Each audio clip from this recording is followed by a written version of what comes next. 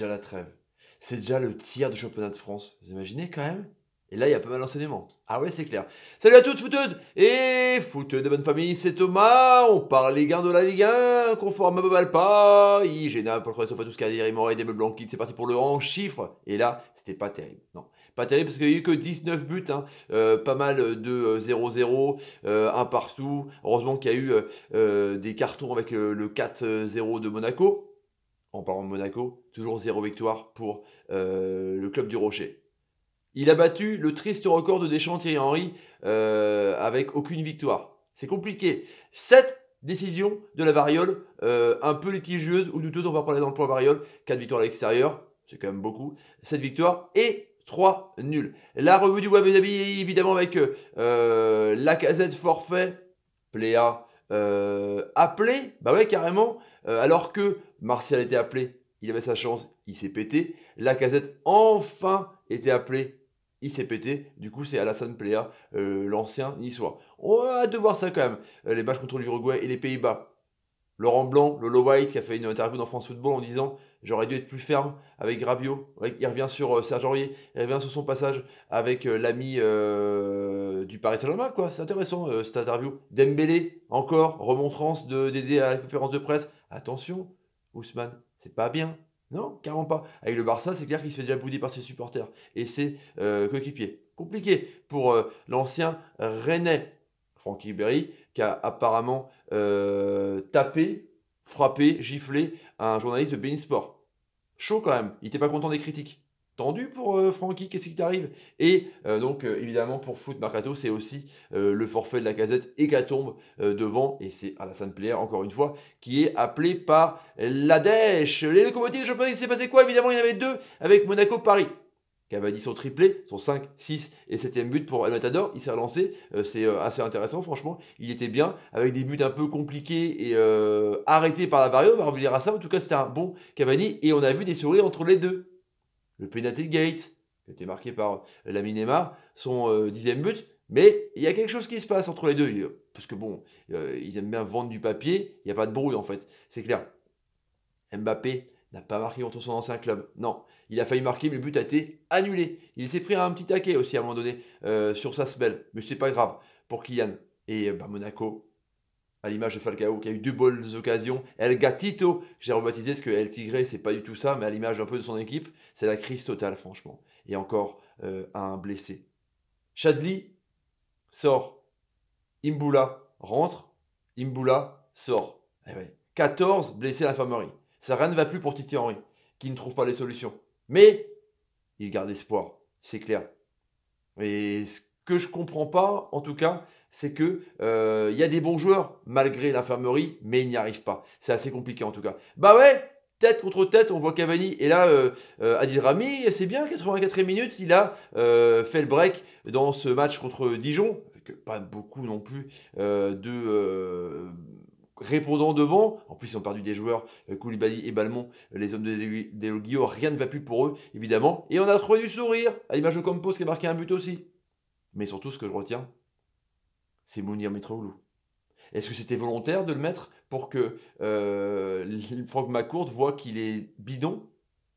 Il y a eu Casimir Ninga contre Rennes, avec cette passe de Beauvu. Mais là, le loupé. Alors, une attaque, Casimir Ninga, Mounir Mitroglou. Qu'est-ce que vous en pensez dans les commentaires? Franchement. Ouh là là. Rudy Garcia, donc, est content. Content parce que l'Europa League, c'est out. Maintenant, il se concentre sur le championnat. Ça m'énerve. Mais bon, c'est comme ça. Guingamp-Lyon, ça avait bien commencé avec Marcus Thuram qui revenait de suspension, évidemment, avec son mauvais geste. Un doublé pour lui, sous les yeux du papa. Donc, ils étaient mal embarqués, les Lyonnais. Tu disais que c'était un peu dans le down. Et puis avoir à marquer un but sur une passe décisive de Depay. Et puis Depay a marqué un but, puis a marqué un superbe coup franc, puis a fait une passe décisive pour Max Cornet. Franchement, Depay, il est complètement énorme parce que quand il est en super sub, quand il rentre, il est vraiment un monstre. Il y a eu aussi ce penalty complètement débile avec cette main dans le dos de Morel. On en parlera dans le point variole. C'était vraiment chelou. Et donc ce but de Cornet qui met 4-2 et qui enfonce Guingamp, en tout cas un Lyon concerné et assez cohérent. Les promus, il y a eu du Netflix de ouf avec ce match. Bozok qui loupe son deuxième penalty. Ils auraient pu mener 1-0. Et après, tout s'est cassé complètement. Avec Mawassa l'ancien Rennais qui a reçu 2 cartons jaunes en très peu de temps. Out, ils sont à 10. Mais vraiment, tacle de ouf sur Youssef Attal, de Loïc Landre. Mais il l'a démonté. Il y a eu ça à l'époque aussi quand il était à Lens. Un geste non maîtrisé. Blackard a dit, je ne sais pas ce qui s'est passé dans sa tête. Du coup, 9 contre 11. Et pourtant, Nîmes tenait. Et puis il y a eu ce but de Attal, un peu oublié, cette reprise de volée. Il s'est fait huer parce que les mecs ils disaient au Costière, forcément, ouais, t'as fait du cinéma sur le tacle et après tu marques. Mais en tout cas, Nice, mine de rien, qui remonte à la 7ème place, ce qui est assez intéressant. Les hommes de Padvira. Et Reims, qui était resté sur 2 belles victoires, notamment celle à Rennes. Et ben là, ils sont tombés sur une équipe qui est assez en forme aussi.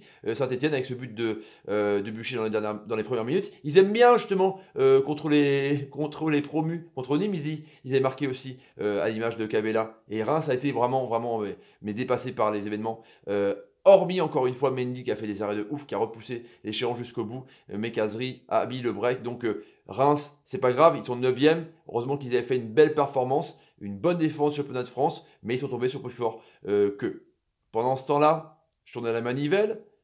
Oh, Mercadal. Bah ouais, ce Bordeaux-Camp, je résume comme ça. Ils sont venus chercher le point, ils l'ont eu, donc il est content. Nantes, ce Rennes-Nantes, depuis 10 matchs, Rennes ne perd pas contre l'ennemi juré, le FC Nantes. À l'image de Grenier qui a loupé, ou du moins Tata Rossano qui a arrêté le penalty. Rennes qui est dans la crise des penalties, 3 penalties sur 5. Et ouais, carrément. Nice, Borijo, Ben Arfa, Saint-Etienne et Grenier. Mine de rien, ça leur a coûté 7 points.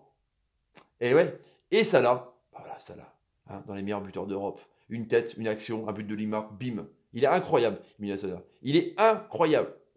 Toulouse qui continue de dégringoler avec ce but de Belin prêté par Toulouse.